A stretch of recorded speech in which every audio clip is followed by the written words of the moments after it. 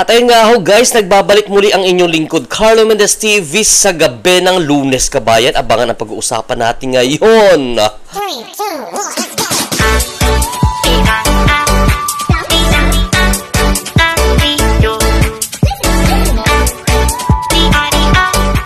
At ayun nga ho guys so ang pag-uusapan natin ngayon, itong mga pinagdugtong-dugtong natin ng mga kwento ha. Kasi noon ho, nagtataka din ako bakit ang hilig-hiling itong mga tao na ito doon sa kabilang tower namin. Sa demanda-demanda guys ha. So sabi ko, ano ba ang meron? Bakit demanda sila ng demanda? So ito, may video clip ako na galing doon sa live ni Poknot ngayon, no? Sana di tayo makapirate ni Poknot, no? Ito, ipapanood ko sa inyo ang nasa isip ni Poknot at ni AC. Roll VTR. Baka mamaya si Bing, kung parang magkano 75, oy, 50-50 tayo dyan ha. Ako nagbigay ng kliyente sa'yo, hati tayo ha. Yun yung labas nun parang... Hindi ka na point man. Tatlo sila, kailangan mix. Ano yun? 225. Pinagkakita pa kayo ni Bing. Doon ako nga doon, pinagkakitaan lang ni Bing yung kaso-kaso na yan. Siyempre, hindi naman natin pwedeng sabihin na yun nga. Yun lang ang naisip namin. Ha? Kasi bakit ho, ang hilig-hilig nilang magdima-demanda, manakot-nakot ng dima-demanda. Akala mo naman pagka-milyonaryo itong mga ito, day. May isa pa nga dyan na mahilig maghamon. Hamon ng hamon. Tapos yung ihahamon niya, ipupusta niya sa hamon niya, doon niya kukunin sa mga mga sponsor. Ay, anak ng tipaklong. Pag naghahamon kayo, sariling pera ninyo, itaya ninyo. Huwag kayong magtawag saklolo sa mga sponsor dyan, tsaka sa mga viewers ninyo. Kayo naman. Tapos noong hindi nagsasalita sa AC, kayo ang bakbak ng bakbak kay AC sigaw na, matapos yung gamitin yung idol namin, babalahurain nyo ngayon. Gitu. Ay ngayong inamin na ni AC na ginamit niya, iiyak na naman kayo. Ano ba talaga, te? Namaga na yung mani ko sa inyo. ito mga taon, ito para mga buang ito, day. Oo. Parang, pugad na, malapit-lapit na yung Mandaluyong talaga.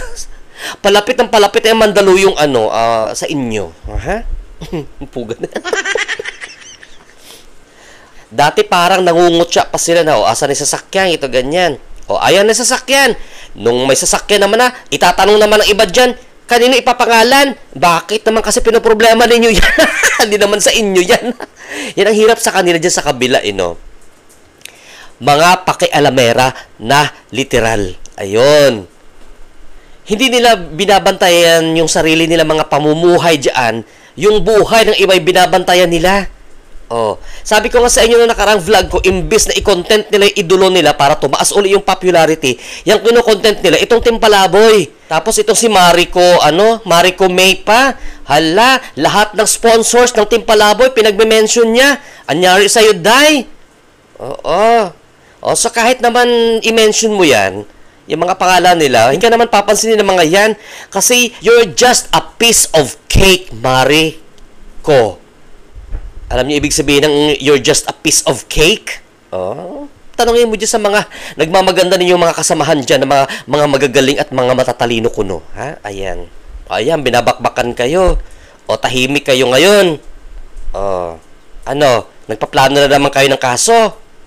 Ayan, dahil sa kakaprovoke nyo kay AC, di inamin ni AC na lahat ng ginawa niya dati dyan sa dati nilang sinusuportahan. Drama lang daw, ayon kay AC, Ngayon, pagka after niyang live ni Poknot, mag-iiyakan na naman kayo dyan sa kabila. At saka itong si Marico May ba yun? Ano pinaglalaban mo, day? Diba? Wala ka naman dapat ipaglaban dyan kasi ano ba yung ambag mo? Diba? Wala ka nang pakialam kung maglipatan at umalis ang mga dating nag-i-sponsor dyan sa idol ninyo. Karapatan nila yun na umalis bakit mo pipigilan? Ano ang karapatan mo at ano ang batas na pinangahawakan mo para pigilan mo? Diktador lang? Bakit? Pag dati ka bang sumusuporta sa isang tao, hindi ka na pwedeng mag-support sa kabila? Gusto niyo lifetime? Ano to? May agreement? Kagaya niyan, yung maingay ninyo dyan na vlogger na isa dyan na nagmamaganda, nagmamalinis sa buhay niya. O, buhay ni Arjob, buhay ni Chame. Isisingit pa rin niya ako.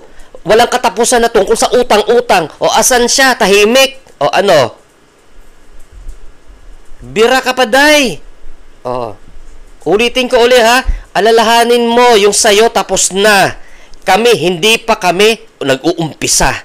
Makabantay tong isa dyan sa inyo na vlogger ninyo, makabantay sa buhay na may buhay. Akala mo, pagkalinis-linis yung pagkatao nitong hayop na to.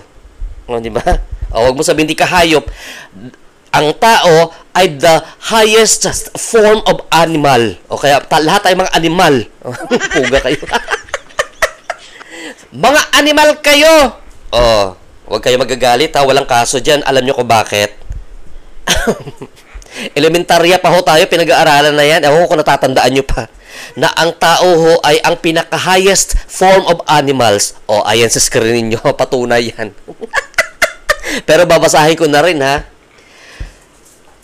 Humans are considered the highest form of animal due to their unique combination of traits including intelligence, language, tool-making, social organization, adaptability, curiosity, emotions, self-awareness, imagination, and ethical and moral standards. Oh, gets nyo na?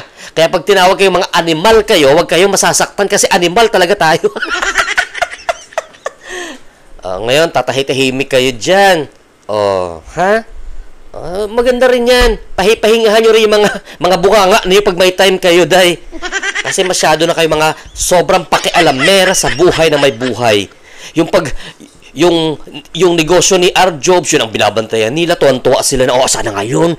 Chismosa dating ninyo dyan, day. Asa na ngayon yung kantin niya? Ito ganyan. Puga, day. Tuwan-tuwa sila. Kayo, baka isang araw, i-deport na kayo dyan ng amo nyo. Puga kayo. At yan nga ako guys, may nanggugulo na naman na isa ito. May nanggugulo na naman dito sa tabi ko. Ayan, tinan mo. Carlo Mendez TV is signing off. Keep safe everyone. And have a blessed evening to all of you. Bye-bye. Magbablog din daw siya. Magbablog ka rin, bebe.